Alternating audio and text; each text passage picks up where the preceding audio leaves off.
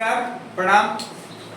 आइए, स्वागत है मेरा आपके YouTube चैनल इंडियन क्लासेस में। दोस्तों, आज हम सीखेंगे वायुमंडल की परतों के बारे में। वायुमंडल की परत जो है उसके बारे में आज हम लोग जानेंगे। वायुमंडल की परत क्या है और उसके कितने प्रकार हैं, वायुमंडल में किस वायुमंडल की तापमान क्या होता है, किस वायुमंडल में क्या क्या पाया जाता है, किस वायुमंडल की क्या खूबियां हैं और किस वायुमंडल में हम लोग रहते हैं और किस वायुमंडल में जहाज उड़ती हैं, किस वायुमंडल में सैटेलाइट है और किस वायुमंडल में है ना एस्टेरॉइड्स पाए जाते हैं। ये सारी जानकारी हम इसी वीडियो के अंतर्गत लेने वाले हैं। तो चलिए बिना देर किए आज वीडियो को स्टार्ट करते हैं। देखिए, सबसे पहले आपके बीच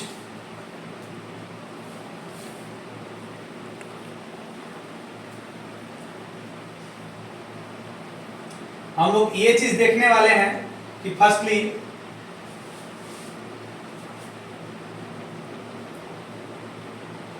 देखिए, सबसे पहले हम आपको दिखाना चाहेंगे, यहाँ पे लिखा हुआ है वायुमंडल की परतें।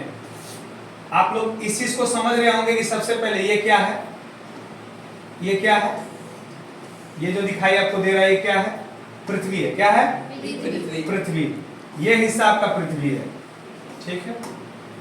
एक्चुअली ये हिस्सा आपका पृथ्वी है और पृथ्वी से पहला मंडल जो होता है ये सबसे फर्स्ट मंडल है। फर्स्ट मंडल यहां तक है, यहां तक। इसको बोलते हैं क्षोभ मंडल। क्या बोलते हैं इसको?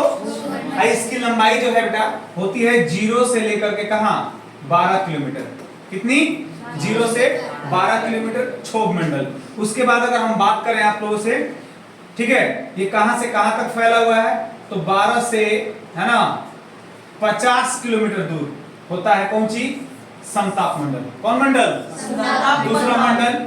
और मध्य मंडल जो है वो 50 से 80 किलोमीटर के दूरी तक होती है। और उसके बाद है ताप मंडल जो 80 से 700 किलोमीटर दूर होती है। उसके बाद है बाह्य मंडल जो 700 से लेकर के 1,90,000 है ना 1,90,000 किलोमीटर दूर होती है, ठीक है। तो इनके बारे में हम लोग अब आराम से जानकारी लेंगे एक एक करके गेट वन बाय वन, है ना, कि कौन वायुमंडल में क्या पाया जाता है। प्रोजेक्ट आपको इसी में बना के लाना है, कोई दिक्कत? नो। चलिए, सबसे पहले हम लोग फर्स्ट मंडल की बात करेंगे। आइए, सबसे पहला मंडल जो आपके बीच निकल के आ रहा है ना, उसका मंडल का नाम क्या है आपका? क्षोभ मंडल।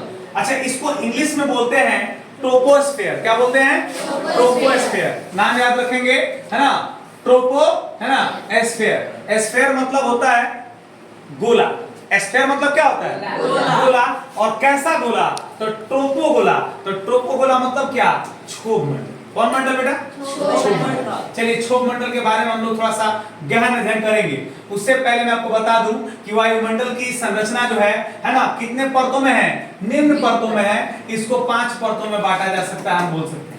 कितने परतों में? 5 परतों में, ठीक है बात। चलिए, पहला मंडल आपके बीच आ रहा है, उसका नाम है क्या? क्षोभ मंडल। क्षोभ मंडल के बारे में अगर आपसे कोई पूछता है कि बताइए क्षोभ मंडल किसे कहते हैं, तो आप रिलैक्स होकर के जवाब दे सकते हैं, है ना, कि यह सबसे निचली परत है। कैसी परत है बाबू? निचली। यानी कि पृथ्वी होता है, पहले पृथ्वी के ठीक ऊपर जो मंडल पाया जाता है उसी को क्षोभ मंडल कहते हैं। उसी मंडल में हम लोग रहते हैं।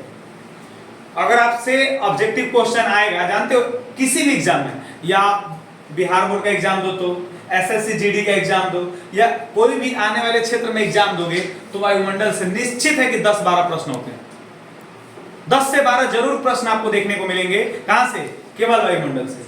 अगर आज का वीडियो आपने पूरा देखा तो समझ लूंगा कि ये जो 8-10 नंबर का क्वेश्चन कोई भी एग्जाम पूछता है वो आपका खाली नहीं जाएगा। आराम से टिक मारो। आगे बढ़ते हैं। तो दोस्तों देखिए, यहां पर लिखा हुआ है कि इस मंडल को है ना अधोमंडल भी कहा जाता है ना।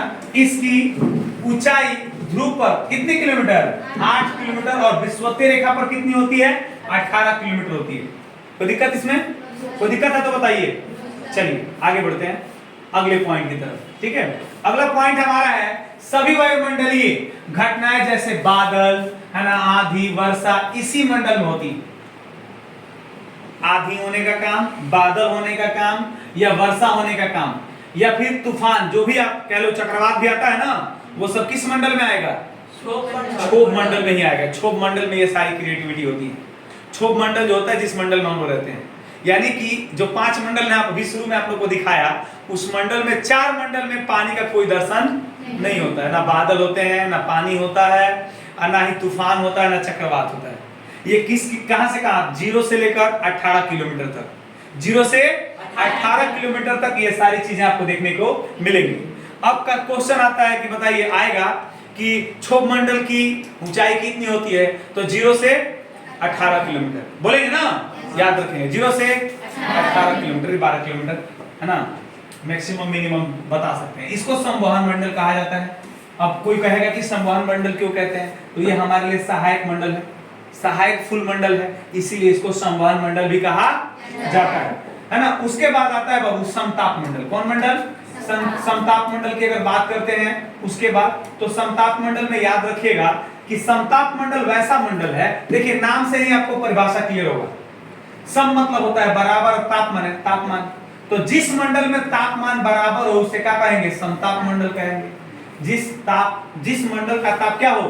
बराबर हो, उसे समताप मंडल कहेंगे। और इसकी लंबाई 18,000 से शुरू होगी, है ना, 18 से 32 किलोमीटर तक की, है ना, ऊंचाई होती है इसकी।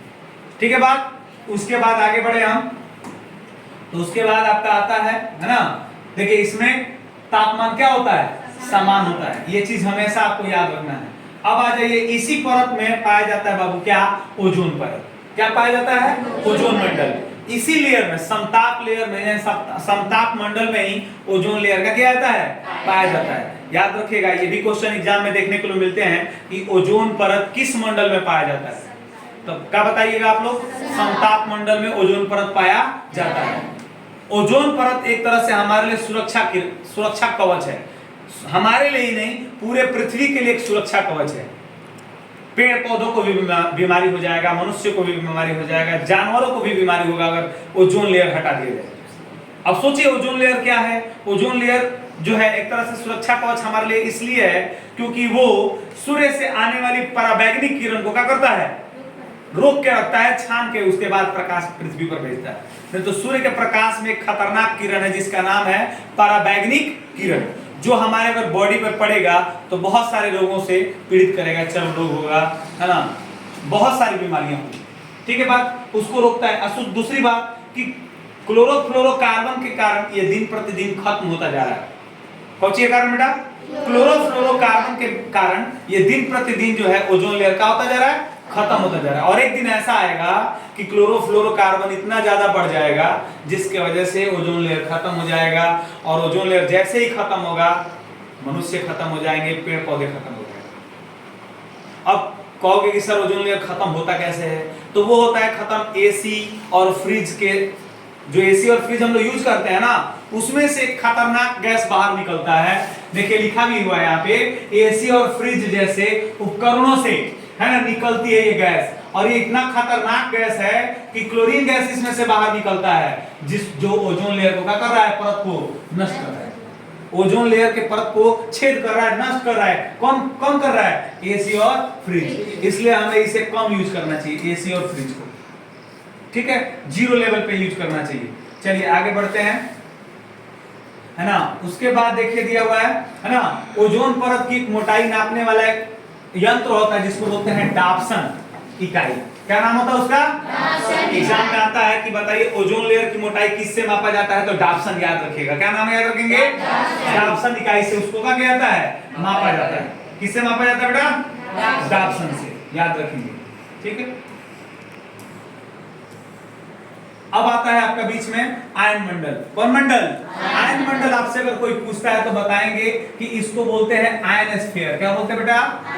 हाँ, इंग्लिश में आयनोस्फीयर बोलते हैं। और इसकी ऊंचाई 60 किलोमीटर से लेकर के 640 किलोमीटर तक की होती है। पहला मंडल क्षोभ मंडल 0 से कहां तक? 18 तक होता है ना। दूसरा मंडल 18 से कहां तक गया? 32 तक, क्या है ना। तीसरा मंडल होता है मध्य मंडल। मध्य मंडल इसमें छूट गया अभी 3 नंबर पॉइंट। ठीक है, मध्य मंडल जो होता है उसकी लंबाई जो है 32 से कहां तक की होती है? 60 तक। और ये 60 से कहां तक 640। मध्य मंडल इसमें से छूटा हुआ, कोई दिक्कत? मध्य मंडल की ऊंचाई कोई पूछेगा तो क्या बताओगे? 32 से 60 किलोमीटर। और अभी हम बात कर रहे हैं आयन मंडल। आयन मंडल की ऊंचाई कितनी है? 60 से 640 किलोमीटर तक की इसकी ऊंचाई होती है। और इस मंडल में ही याद रखिएगा, इस मंडल में ही रेडियो, टीवी, रडार और जैसे फोन कॉल्स का जो सिग्नल होता है वो घूमता है, जिसके वजह से हम लोग फोन लगाते हैं तो सबसे पहले कहां जाता होगा? कौन मंडल में जाता होगा? आयन मंडल में जाता होगा। आयन मंडल में हमारे वेव किरण जाते होंगे और वही वेव किरण डायरेक्ट जाकर के दिल्ली, पंजाब या दूसरे देशों में हमसे बात करवाता है। कौन मंडल बेटा?